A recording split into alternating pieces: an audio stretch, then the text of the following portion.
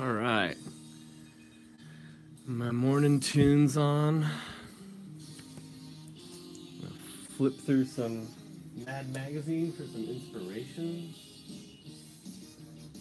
Put the music down just a little.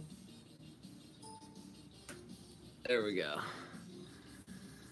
All right, this is an old Mad Magazine from 1968. William Gaines is the publisher.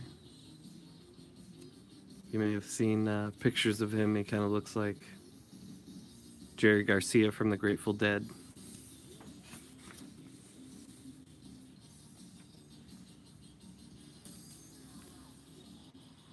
So I always found Mad's a good way to get inspiration. There's all sorts of great artwork and line work, especially for inking. There's great markings and great rendering.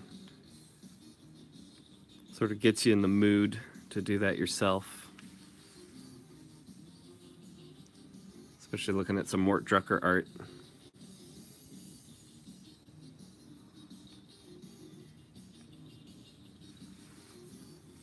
It's so Capullo. Can tell that Greg studied this a lot. Look at these faces. They're so good.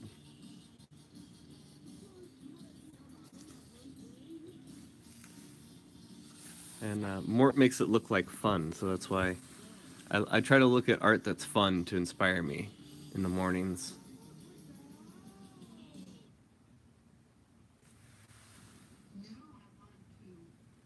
It's a great kick. Splat.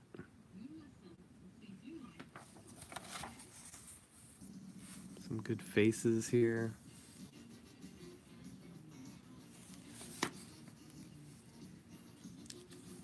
That was a great shot.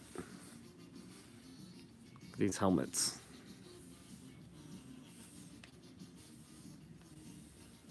Wow, the textures are great. And it's a great shot too. The inside of the fuselage of the plane, all shadowed, so the guys pop against it. Looks really good.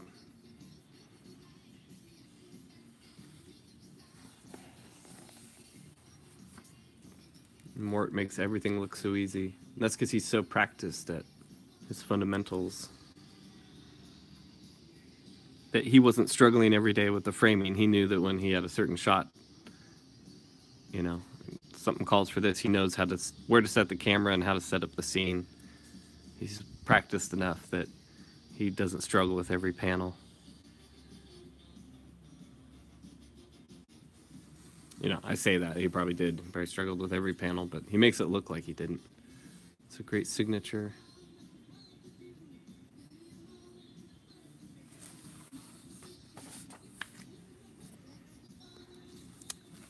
I always like the fake ads that they would do.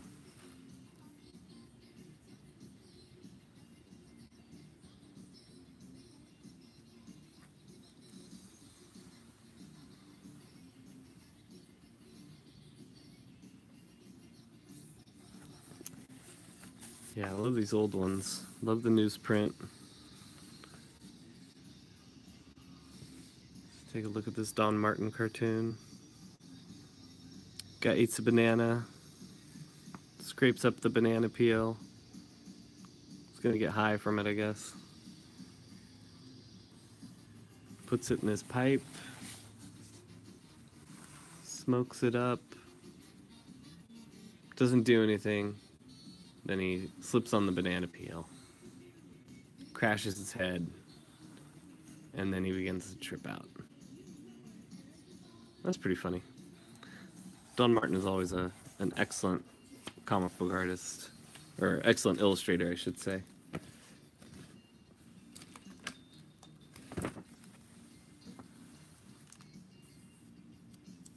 All right, let's put that down. Let's get to some inking warm-ups for ourselves here. Oh man, I accidentally had a piece of tape on my desk and got it stuck to the cover. Yeah. All right, so let's get to some inking warm-ups, shall we? We're gonna take a preloaded Pentel brush. Watched a video last night with Brian Stelfreeze in it, and he was using one of these to or Joanne, if that's the only kind of art store they have. They're pretty decent. It's more organic. I wouldn't try to do the cleanest inking with it, but especially if you're going a little bolder, it's a really good choice. It has a really fine tip that it keeps, and you can do razor thin lines. You can really, put it on its side and really bear down. Let's see how wide we can get it. Look at that. That's pretty good. That's pretty cool. Yeah, Brian was doing a Batman piece, and he was, oh God, it was so good. I don't even want to try to mimic what he was doing. But he was doing so many of the shadows, like, let's say, we have an arm here.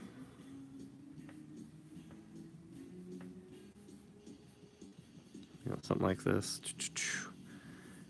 And he was doing these shadows sort of like this, or really cool looking. And if you're wondering what the weird music is in the background, it's a local band here from Southern California called the Goodwin Club. They're a ska band. They're actually they're from 20-some years ago, but they have been playing again lately. And they're playing a show pretty soon, so I decided to bust out their CD.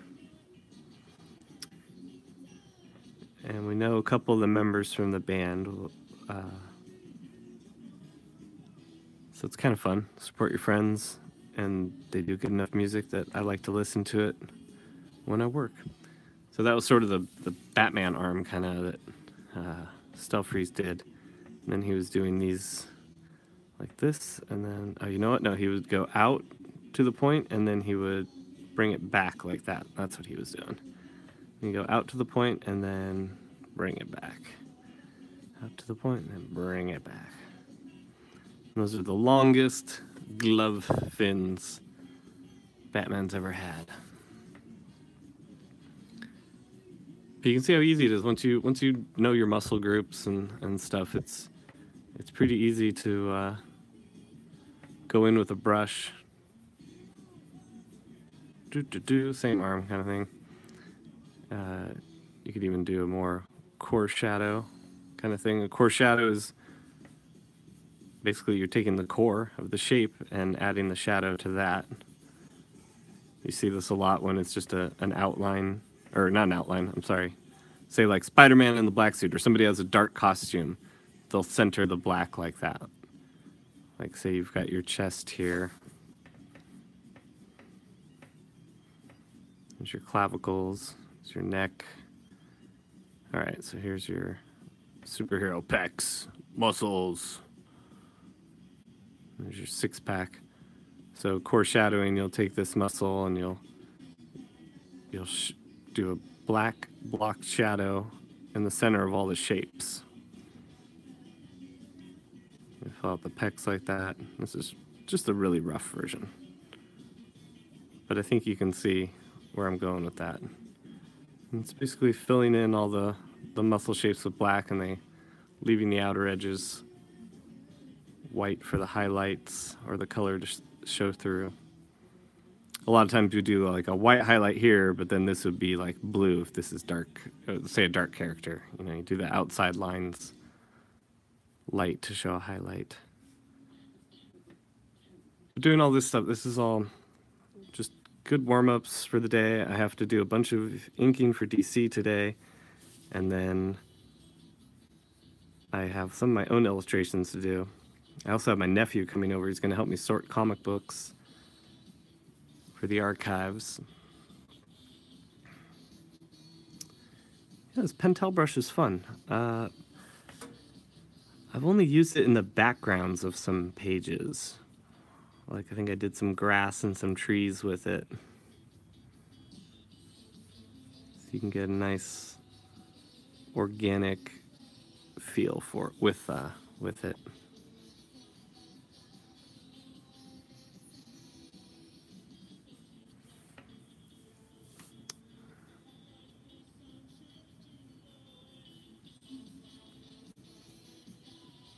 Yeah, I might have to play around with this a little more.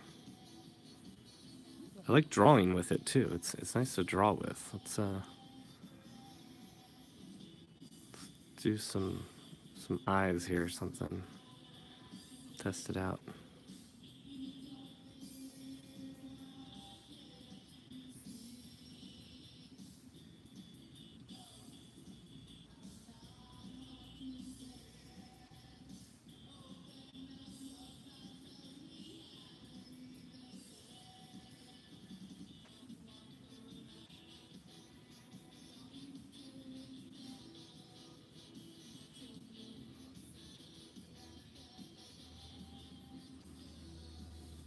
Well, chin's way big. Make it a beard. Do. Weirdo the beardo. Yeah, it's kind of fun to...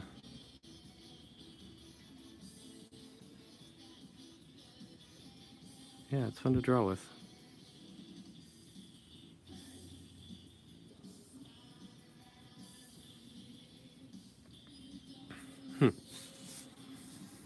Let's see, what else can we do with it? Let's get it really wet. Let's bear down. Let's get a drip to come out and see how this... I don't know if you can see the ink running down the shape you've created.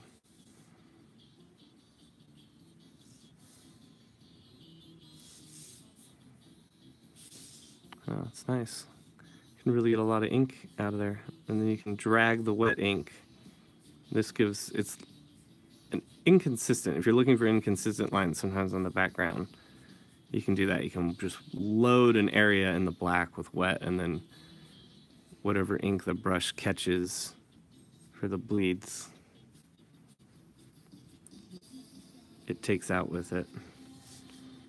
But if you're going for more consistency, you want something clean, like there's an edge of a muscle here or something, like, we'll go back to the bicep. The biceps are always good for examples. So here, this is not as wet as this, so when I come back in to do bleeds, I can get nice, clean, consistent bleeds, and it doesn't drag too much ink out with it.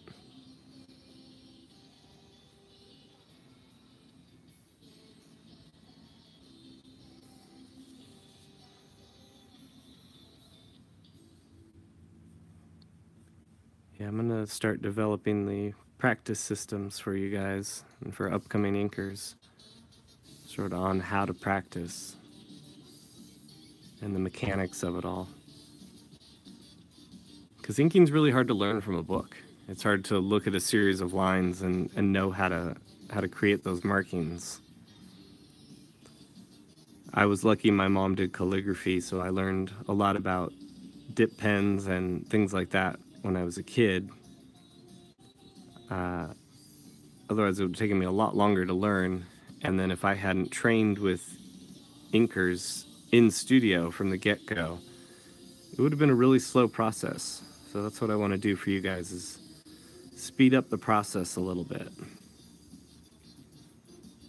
Plus, practicing inking is fun. It's very meditative. We're going to get into that too. Inking is meditation.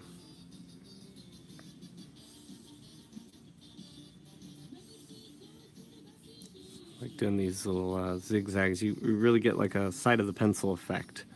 A lot of inkers turn the pencil on its side and do their shading like that. It's a little bit Klaus Janson-y.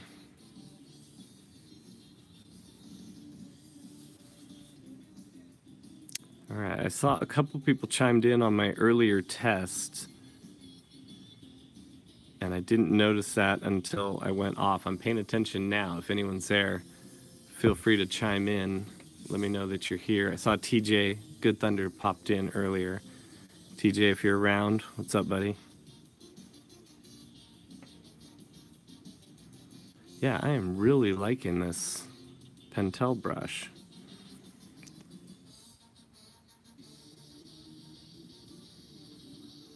Hey, look at that. Indie Dave showed up. What's up? What's up, Indie Dave? Cool. I'm glad this is working. I should have planned something more exciting, but I think for a first time test, it's good just to do this.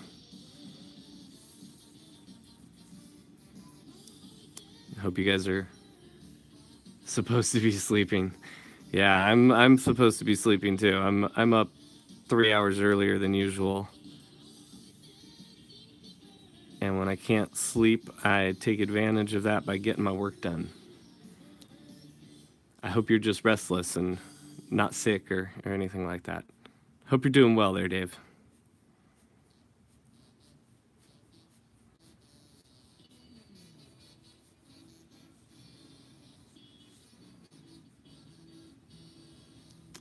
Hey, a fellow night worker.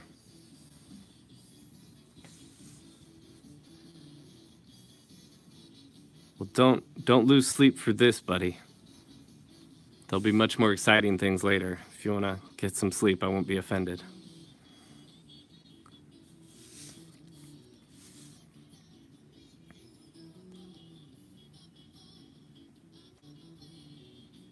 See how thin to thick we can go here. You don't get a lot of call for lines this heavy. Back when I was an assistant, I worked for John Livesay, who I mentioned earlier, and we were inking Howard Porter on The Flash. Jeff Johns was writing it. No worries, Dave. And Jeff Johns was writing it. That was a really fun series, but John could really get bold. Like, again, we'll go with another arm here. So Howard Porter would draw the Flash's arm, and he's in a running pose. Here's his cheesy little fist. Here's the arm. And man, John could get really bold. He'd go thin here, and then they'd go really thick on the shadow side into that. Kind of like that. And it looked so cool. The shadows are really heavy. Like this would be really heavy here, the shadowed side on things. And then his bleeds, he would do these really cool, clean flick bleeds, but he would use a pen, not a big fat brush like this. And they would come out so clean. It looked so cool. Howard and John were such a good pair. I forget who was coloring us at the time, too. It might have been Alex Sinclair. No, I don't think it was. Maybe Guy Majors. We'll have to pull those out sometime and take a look. It's a lot of great Ethan covers on that series. I think we did issues like 200 through 220, something like that. And I got a really good warm-up going on here. I think I'm going to pull out some old Commander Bloodshot misprint pages from Divinity 2. Let's do that.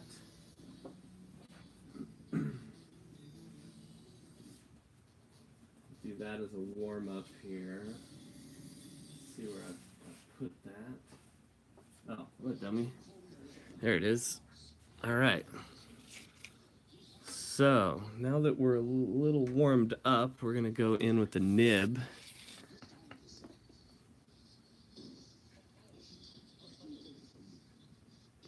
It's our classic Hunt 102 nib. Now, when I do the demos, they aren't always exactly how I would do them in real life. And how I tell you I would do things in real life is not always how I would end up doing it when I'm on deadline. So, take everything I say with a grain of salt, and we'll see where we go from there. So, what I usually do, sorry, I lost my train of thought there. What I usually like to do, especially in Blue Line, and this is Blue Line, those of you that don't know, it's printed up in blue. I usually like to start with the eyes and the smallest things and work my way out, because the nature of this light blue is to disappear once you start adding black around it. So if I did this eye last and I added all this black around there, the black creates more contrast against this white and makes all this light blue harder to see. So actually I want to start in here, even just the littlest lines, because those are going to disappear first. And if that doesn't quite make sense, I either failed in explaining it or you're unfamiliar with inking this way, and it will make sense eventually. So I'm very lightly dragging the nib across the paper. I'm trying not to scratch the paper here. I want as clean a line as possible. And I want the expression to carry through. He's squinting in anger. His lower eyelid is pulling up against the eye. You can feel it when you make a face like that, when you go to yell, you can feel that lower eyelid push up. All right, so then here's the, I forget what it's called, the little part where your eye goes in to your tear duct.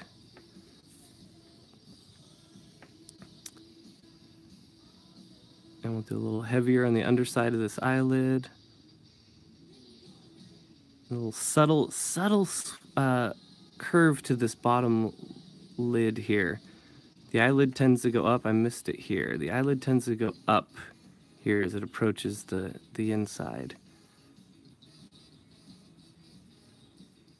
I'll give a little shadow there. I'm going to come back and clean those up. I don't know if you can see. I've got a little, might be too blurry. Got a little fuzz on the nib. I got to get that off. So I take a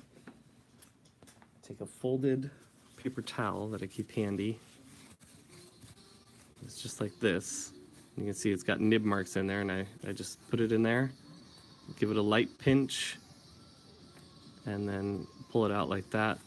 And I can see the fuzz is still there, so I gotta pull it out like that. Now that might have been a piece of just fuzz that fell into the ink jar as well. I mean, that's gonna happen.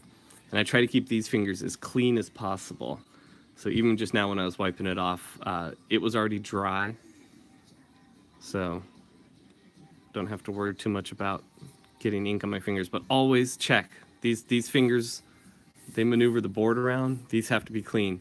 These fingers can get as dirty as you want. These ones are holding the pen, doing all this stuff. All right, I did one little mess up there because we had that piece of fuzz, but we'll go back in and wipe that out. I'll just take a little Sakura jelly roll whiteout. These work really nicely. They're very opaque. They're not super sharp and fine. If I want to do really fine lines, I do a dip pen, a Hunt 102 nib, and dip it in Pro White or white ink.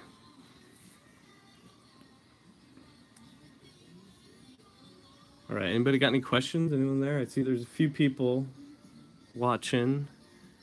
Feel free to ask questions. We're gonna go in and do some eyebrows now.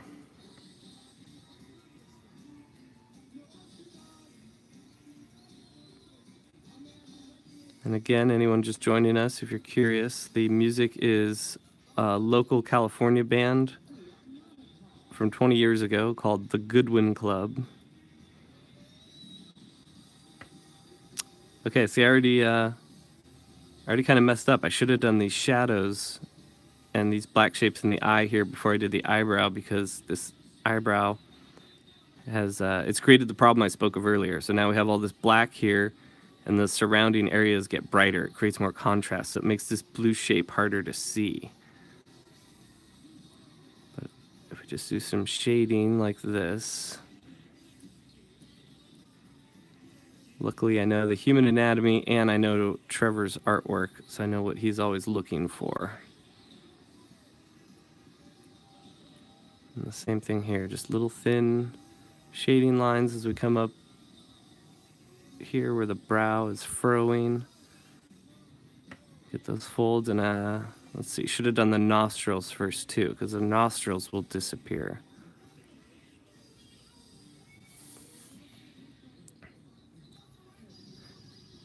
It's funny, nostrils are something when you're looking at a person in real life, you never want to stare at their nostrils. So I always almost feel kind of weird when I'm inking a character's nostrils. Like, it's almost like I'm staring too intently at another person. It's like, I don't know. That's kind of weird, I know. But that's the weird thoughts that run through your head when you're an inker. All right, so you can see his expression coming through. We got a few wrinkles here around the nose. I like to do little lightning shapes for those, little zigzags. For the folds. This furrowed brow coming in here.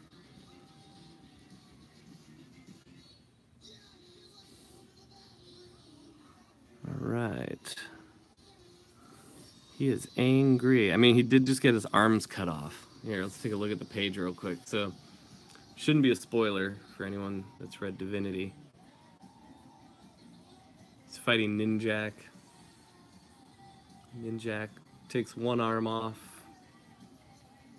Or he'd already cut... Okay, let's see. He'd already cut one arm off on the other page. So then he cuts the second arm off here. And Commander Bloodshot's just not happy about this at all.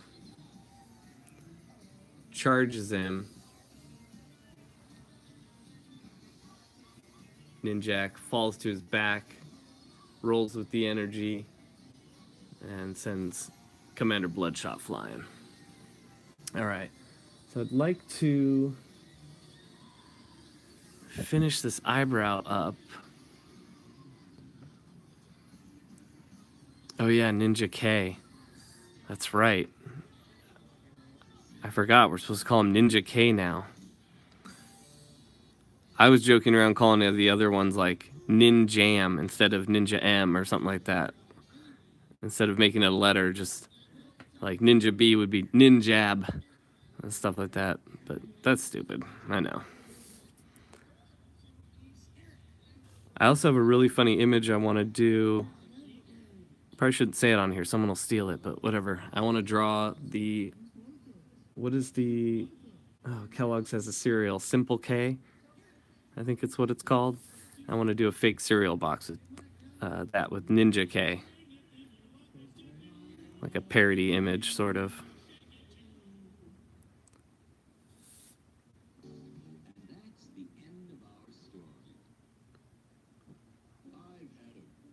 Looks like we've come to the end of the album I was listening to for my warm-up. Which means I probably should get to my actual work. I'd like to maybe do a live stream again later if people are interested. I have a sketch cover to do for Jordan over on Twitter. He won one of our contests, and I'd like to do that on a live stream if possible. So I might try that tonight.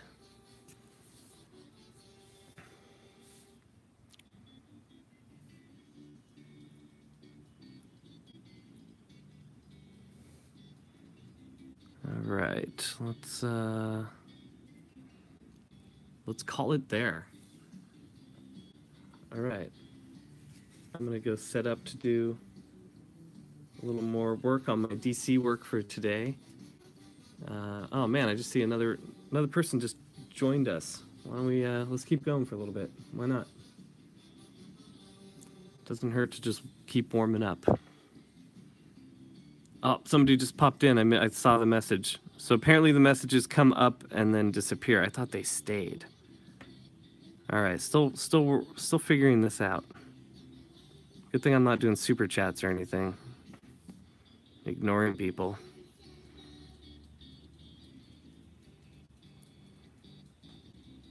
I could just be sitting here reading the chats, but gotta keep doing this too. So I think, but I got it set up, so I just tweaked it a little. You guys shouldn't be able to tell, but on my end I tweaked it a little so I can see the comments when they pop up now.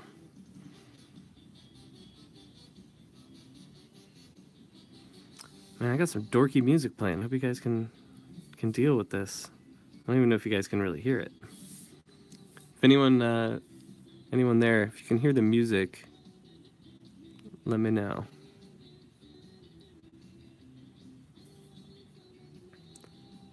All right, we're gonna break up this upper lip because it's gonna have a couple mustache hairs coming through. And we'll do some sweeping lines like this, or just sweep across. And you don't want to be too exact or consistent because they're hairs. You don't want it to be too clean looking.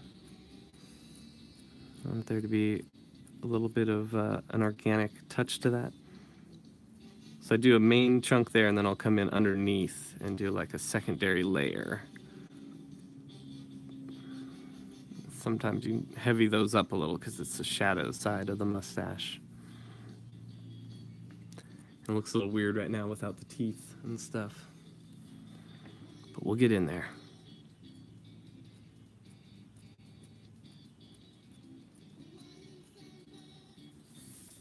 All right, so I'm gonna go to do the teeth. Let's see.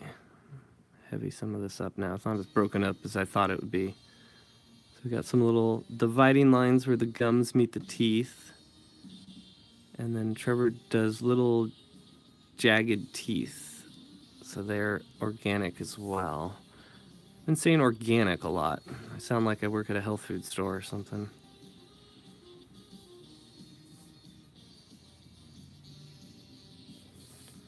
And now we're gonna draw a big old fat tongue. Do the outlines first. The outlines are the contour. And then we'll do these jagged tops to his bottom row of teeth and a more broken line where this lower lip is pressed against the teeth. That's why it's not a solid line. So here and here and here, the lip is pushing up against the teeth. And those two surfaces are meeting. And even though I'm doing, oh look, I smudged right here. So let's see, look, here's the evidence. Right there. I must have touched in there by accident, and then I put my finger down there. Look at that, amateur hour. All right, and I just realized I probably missed a couple more messages that came through. Man, some people are really pro at doing this live stream stuff. I gotta get good at it. Just got high-speed internet, which changed everything. It was taking like 4 hours to upload a 7-minute video. And it would take about an hour to upload an inked page, which I thought was fine. But once I started doing these YouTube videos, I started realizing how slow my internet was. I couldn't even live stream. Whatever our setting was, it was just to barely browse the internet. So now I'm paying the big bucks to get the high speed going so we can live stream, we can do all kinds of fun stuff.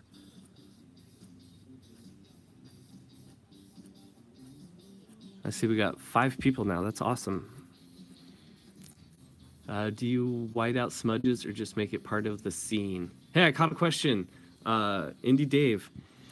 That depends. You know, when I started out, we worked on Spawn, and one of the rules in Spawn was when stuff like this happened, you kind of like just made it part of the scene, or a lot of times your nib will, let's go up, you know what, let me get a scrap piece here. So a lot of times your nib, you're working fast, you're inking Spawn, and the deadline's coming, and Todd McFarlane's one where those pages are, and you're inking fast, so you're inking muscles here. We'll go back to that bicep and arm again. So you're doing this or that. Here's this arm you're drawing. The nib catches, and oh, I splattered. See how it splattered? Oh, it splattered again. Oh man. Now in Spawn, we would keep all the splatters. That was a rule. Todd's rule, Danny Mickey's rule. You keep the splatters. Anything else? Oh man, you better clean that up or figure out a way to ink cleaner so you don't have those mess ups. But let's see.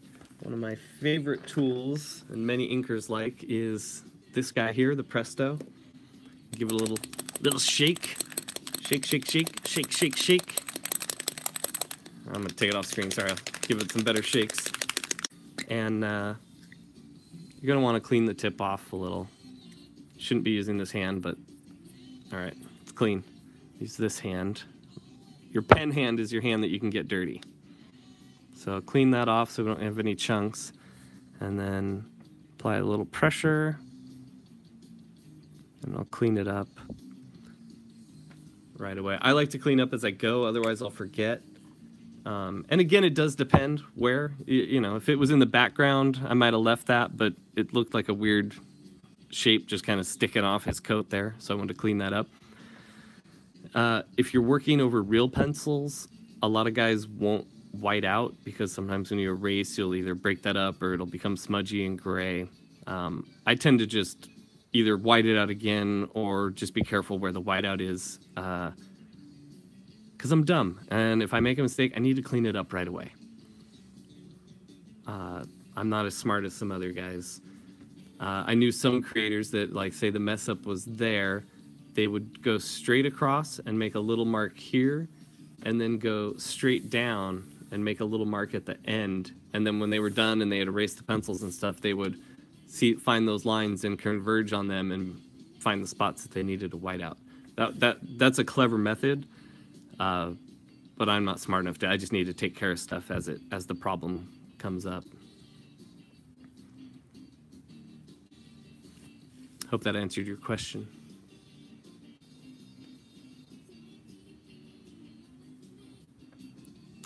All right, let's do the underside of his lip now.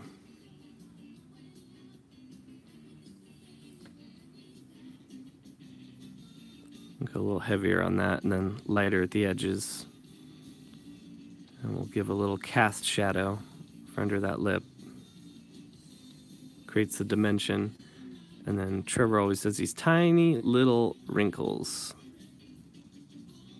in the lip. We all got them. They're there. And then the shadow builds up under that. We'll zigzag into that. We'll zigzag out. Got some fuzz on the nib. Sometimes when that happens, you can either go and wipe it off like I showed you earlier. Otherwise, we have this big black chunk here. And we can start filling that in. Because when the nib has a little piece of fuzz on it like that, it almost works like a paintbrush. So you can just kind of go in and fill up an area. And while I was doing that, the fuzz came off. So now we can outline this next little chunk of black. I want that to be crisp. Sometimes I'll hit it with a brush and it won't be as crisp. But right now we're going for crisp.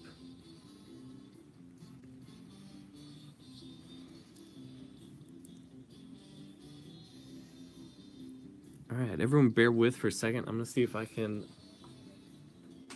see who we got on here.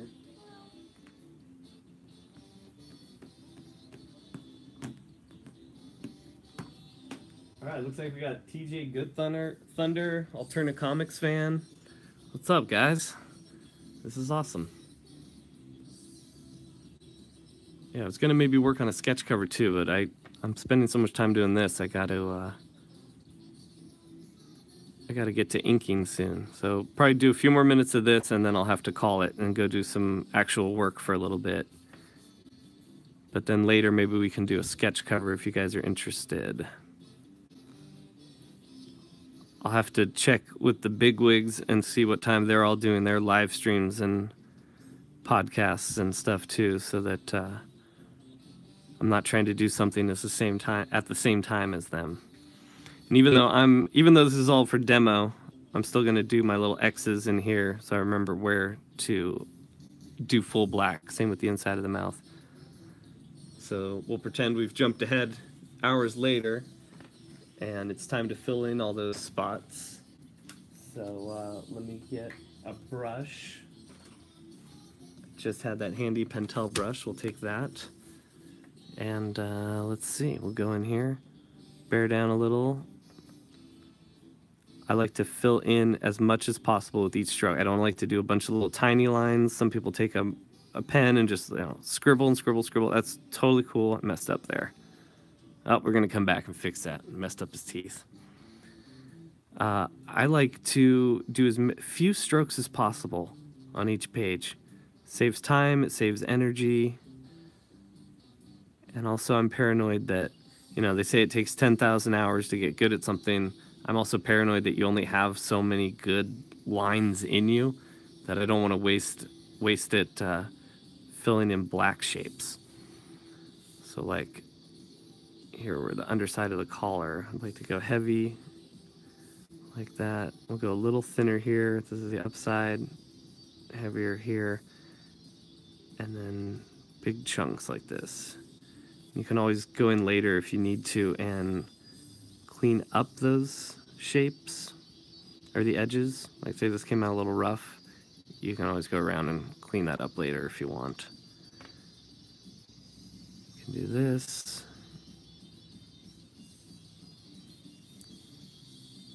And then let's see, he's got these folds in the leather here. Actually, they're seams. There's so much crap you gotta know to be a comic book artist. There's crap you gotta know to be an inker, but man, to be the penciler, you gotta... If you're gonna be a penciler like Trevor, you have to understand the nature of everything. You have to understand upholstery. You have to understand carpentry and mechanics. There's so much to know. As an inker, you just have to pretend you know that stuff. I've been doing that for years. You just gotta fake it. But penciler, man, you can't fake it. You gotta know your shit. I almost swore. You gotta know your stuff. Oh, look, I smudged again. I'm having too much fun. I'm smudging and stuff. So luckily this is in a black area, and we'll just clean that up really quick. It'll look like we never messed up at all.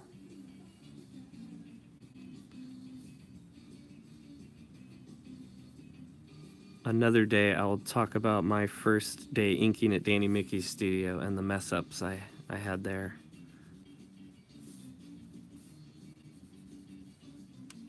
All right, well, I think that's going to be it for me for now. I'm ready to warm up.